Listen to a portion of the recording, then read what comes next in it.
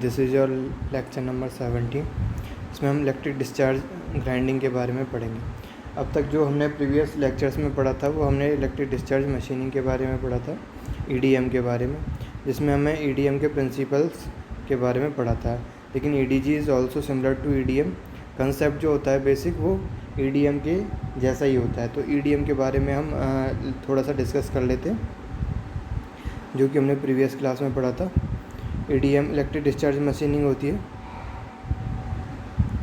जिसमें हम क्या करते हैं, एक स्पार्क जनरेट करते हैं वर्कपीस और मटेरियल के बीच में। देखिए हम डायग्राम पे आते हैं सीधा। वर्कपीस है, नीचे टूल है, टूल को एनोड और वर्कपीस को कैथोड बनाया जाता है।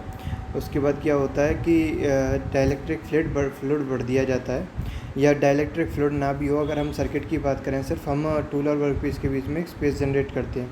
तो उस स्पेस की वजह से क्या होता है, पोटेंशियल डिफरेंस तो होता है, लेकिन इलेक्ट्रॉन एक पोजीशन से दूसरी पोजीशन में जंप नहीं कर पाते हैं। तो उस केस में क्या होता है, एक डाइपोल बन जाता है बीच में, यानी कि पॉजिटिव आयंस हो जाते हैं। जो पॉजिटिव प्लेट है उसके पास नेगेटिव आयंस हो जाते हैं, और जो नेगेटिव प्लेट है उसके पास पॉजिटिव आयंस बन जाते हैं। तो वो एक तरह का बैरियर बना लेते हैं, और उस बैरियर की वजह से क्या होता है, हीट जनरेट होती है। और जब ये हीट फ्रिक्शन की वजह से बढ़ती जाती है तो क्या होता है, वो एक प्लाज्मा स्टेट में आ जाता है। जब मटेरियल प्लाज्मा स्टेट में आ जाता है तो क्या होता है, उनके बीच में एक स्पार्क जनरेट होता है, और उस स्पार्क के बीच में क्या होता है, इलेक्ट्रॉन फ्लो करना स्टार्ट हो जाते हैं। और जैसे जैसे स्पार्क इलेक्ट्रॉन फ्लो करना स्टार्ट होते हैं, ऐसे ऐसे पोटेंशियल डिफरेंस कम होता जाता है, और स्पार्क की जो इंटेंसिटी है वो कम होती जाती है, और प्लाज्मा धीरे धीरे ख़त्म हो जाती है।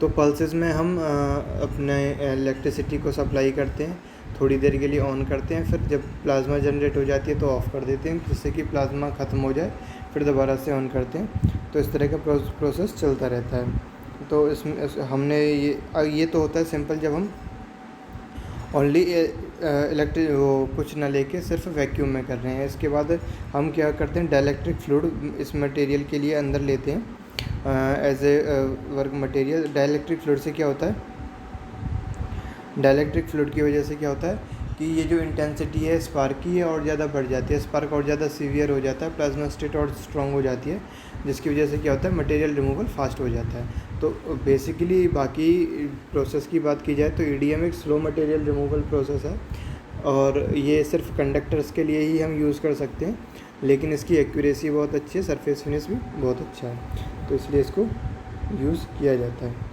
अब हम बेसिक हमने ईडीएम की बात कर ली, अब हम इलेक्ट्रिक डिस्चार्ज मशीनिंग की बात करते हैं। EDG is similar to EDM except the electrode is rotating wheel. जैसे यूजुअली ग्राइंडिंग व्हील होता है जो कि एक रोटेटिंग व्हील होता है, उसी तरह ईडीजी में भी जो टूल यूज़ किया जाता है वो ग्राइंडिंग व्हील की तरह रोटेटिंग टूल यूज़ किया जाता है। तो इसमें क्या होता है, इसमें जो हमारा मटेरियल होता है, जैसे कि हम कोई भी मटेरियल यूज़ कर रहे हैं कटिंग के लिए, वो मटेरियल हम व्हील की शेप में बनाते हैं।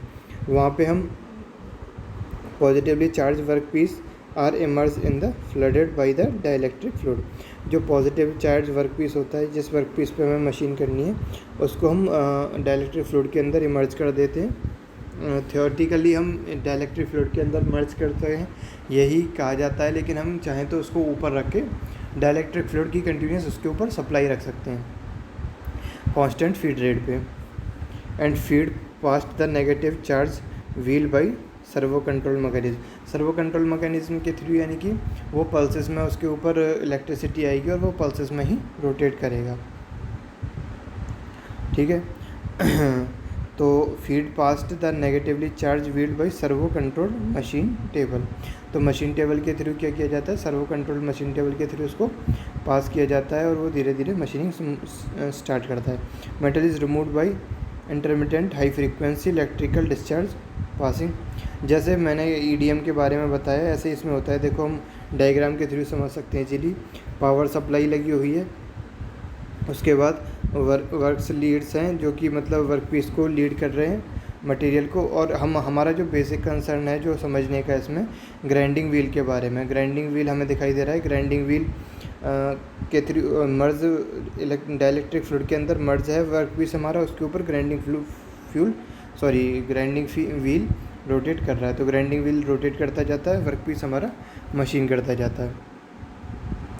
इसकी जो सर्वो कंट्रोल मैकेनिज्म का मतलब है कि जो टेबल है हम उसको पल्सेस में आगे की तरफ या पीछे की तरफ मूव करवा सकते हैं, ठीक है। तो ये वर्क पेन है हमारा, इसके अंदर डाइलेक्ट्रिक फ्लूइड भरा हुआ है। Direction of the table servo control के अंदर लेफ़्ट राइट साइड में हमारी सब जा सकती है। पावर सप्लाई के वन है, हाई पावर सप्लाई, और स्लाइडिंग एंड ब्रश असेंबली इसके साथ लगी हुई होती है, जो कि इसके मूवमेंट में हेल्प करती है, ठीक है। वर्क लीड्स यानी कि जो हमारा कनेक्शन है, जो सर्किट कंप्लीट कर रहा है, उसके थ्रू ये कनेक्ट होते हैं। मशीन टेबल के ऊपर फिक्सचर्स लगे हुए होते हैं जिनके ऊपर जो हमारी मशीन होती है, ठीक है। ये सारा डायग्राम के अंदर दिया हुआ है कि किस तरह से ये इसका प्रोसेस होता है। तो एक बार हम देख लेते हैं पूरा। पॉजिटिवली चार्ज वर्कपीस को हम इमर्ज करते हैं उसके अंदर, उसके बाद नेगेटिवली चार्ज जो हमारा व्हील है उसको सर्वो कंट्रोल मैकेनिज्म के थ्रू मूव करवाते हैं। मेटल रिमूव होता है हाई फ्रिक्वेंसी डाइलेक्ट्रिक डिस्चार्ज से, जो कि पास होता है व्हील और वर्कपीस के थ्रू। अब इसकी मैकेनिज्म क्या होती है, वो मैकेनिज्म हम इलेक्ट्रिक डिस्चार्ज मशीनिंग में डिस्कस कर चुके हैं। जब हम सर्किट बनाते हैं तो अगर स्पेस रहता है कैथोड और एनोड के बीच में, तो क्या होता है, पॉजिटिव प्लेट के पास नेगेटिव आयंस बनना स्टार्ट हो जाते हैं और नेगेटिव प्लेट के पास पॉजिटिव आयंस बनना स्टार्ट हो जाते हैं, और फिर हाई पोटेंशियल की वजह से वो मूव करना शुरू करते हैं, जिसकी वजह से फ्रिक्शन होता है। फ्रिक्शन की वजह से हीट जनरेट होती है और उस हीट की वजह से वो प्लाज्मा स्टेट में पहुंच जाते हैं। और जब प्लाज्मा स्टेट में पहुंच जाते हैं तो उसके बाद हमारा जो ये डाइलेक्ट्रिक जो डाइपोल बैरियर बना था वो ब्रेक हो जाता है और इलेक्ट्रॉन और पॉजिटिव आयंस सर्किट के थ्रू मूव करना स्टार्ट कर देते हैं और धीरे धीरे प्लाज्मा स्टेट ख़त्म होने लगती है। तो ईच स्पार्क डिस्चार्ज मेल्ट्स और वेपराइज। जैसे ही हमारा स्पार्क होता है उससे मटेरियल मेल्ट होता है कुछ, और कुछ वेपराइज होता है। अब जो वेपराइज होता है वो तो चला ही जाता है, जो मेल्ट होता है वो कुछ डाइलेक्ट्रिक फ्लूइड के साथ बाहर चला जाता है। लेकिन कुछ मटेरियल क्या होता है, क्योंकि डाइलेक्ट्रिक फ्लूइड है तो वो एज ए कूलेंट भी वर्क करेगा। तो जैसे मटेरियल मेल्ट हुआ, डाइलेक्ट्रिक फ्लूइड को वो हीट अपनी दे के वो क्या हो जाता है, दोबारा से सॉलिड हो जाता है। ये तो एक तरह का हीट ट्रीटमेंट प्रोसेस या क्वेंचिंग प्रोसेस की तरह होता है, लेकिन मेल्ट से वो सॉलिड होता है और सॉलिड से सडनली कूल हो जाता है। तो इससे क्या होती है, जो अपर लेयर बनती है उसकी कुछ परसेंट मटेरियल तो रिमूव हो जाता है, कुछ परसेंट मटेरियल जो रह जाता है, तो उसकी जो अपर लेयर बनती है वो अपर लेयर से क्या हो जाता है, वो और ज़्यादा हार्ड हो जाती है अपर लेयर जैसे कि पहले थी। लेकिन हमारे लिए हार्डनेस कंसर्न नहीं है, मटेरियल कितना भी हार्ड हो उससे हमें मशीनिंग करने में ज़्यादा प्रॉब्लम नहीं होती। इलेक्ट्रिक डिस्चार्ज मशीनिंग या इलेक्ट्रिक डिस्चार्ज ग्राइंडिंग में प्रॉब्लम क्या कब आती है, जब हम किसी दूसरी तरीके की मशीनिंग उसके अंदर यूज़ कर रहे हैं। तो हार्ड हो जाने से जब हम मटेरियल रिमूव कर रहे हैं तब तो हमारे ऊपर कोई फ़र्क नहीं है, लेकिन उसके बाद जब हम मटेरियल को यूज़ करेंगे तो अगर हमें सॉफ्ट प्रॉपर्टीज चाहिए उसकी और उसकी अपर लेयर हार्ड है तो फिर वो प्रॉब्लम क्रिएट करेगा। उसके इसमें क्या करना पड़ेगा, हमको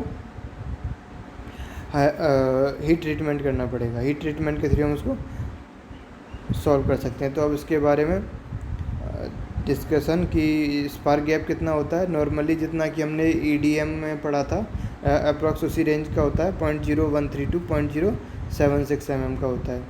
और ग्रेफाइट जो व्हील है वो रोटेट करता है 0.5 मीटर पर सेकंड टू 3 मीटर पर सेकंड की स्पीड से रोटेट करता है। तो अब ग्राइंडिंग मेथड को यूज़ कहाँ किया जा सकता है, इनकी इसकी एप्लीकेशंस क्या क्या हैं। तो एक्सटर्नल सिलेंडर ग्राइंडिंग, एक्सटर्नल जो सिलेंडर्स होते हैं हमारे उनकी ग्राइंडिंग करनी है। इंटरनल ग्राइंडिंग के लिए, सरफेस ग्राइंडिंग के लिए, grinding carbide and steel at the same time, यानी कि सेम टाइप के मटेरियल से हम कार्बाइड को भी ग्राइंड कर सकते हैं और स्टील को भी ग्राइंड कर सकते हैं विदाउट व्हील लोडिंग। यानी कि अगर हम नॉर्मल ग्राइंडिंग व्हील की बात करें तो वहाँ पे अगर हमारा मटेरियल की हार्डनेस बढ़ती जाती है तो हमें उससे और ज़्यादा हार्ड मटेरियल की ग्राइंडिंग व्हील की ज़रूरत पड़ती है। लेकिन जो नॉन कन्वेंशनल मशीनिंग टूल है उसमें मटेरियल टच तो होता नहीं है, वो क्या होता है, करंट के थ्रू मटेरियल रिमूव होता है। तो जब करंट के थ्रू मटेरियल रिमूव होगा, यानी कि करंट और वोल्टेज के थ्रू, इलेक्ट्रिक एनर्जी के थ्रू, और तो हमें ज़्यादा हार्ड मटेरियल की ज़रूरत नहीं होती, सिर्फ कंडक्टिंग मटेरियल होना चाहिए। तो चाहे कार्बाइड का हो, चाहे स्टील का हो, चाहे हार्ड हो, चाहे सॉफ्ट हो, उससे कोई ज़्यादा फ़र्क नहीं पड़ता है मटेरियल के ऊपर। तो grinding thin section where abrasive wheel pressure might cause distortion, यानी कि थिन सेक्शन पे अगर हम एब्रेसिव पार्टिकल्स की बम्बार्डमेंट करते हैं तो क्या होता है उसमें डिस्टॉर्शन हो सकता है, उसकी ज्योमेट्री ख़राब हो सकती है। तो उस केस में हम क्या है एब्रेसिव जेट मशीनिंग की जगह ये EDG यूज़ कर सकते हैं। ग्राइंडिंग ब्रिटल मटेरियल चाहे ब्रिटल हो चाहे डक्टाइल हो, उसकी प्रॉपर्टी से भी हमें कोई फ़र्क नहीं पड़ता, मटेरियल सिर्फ कंडक्टर होना चाहिए। ओके, तो अभी इस लेक्चर में इतनी, बाकी हम आगे बढ़ें।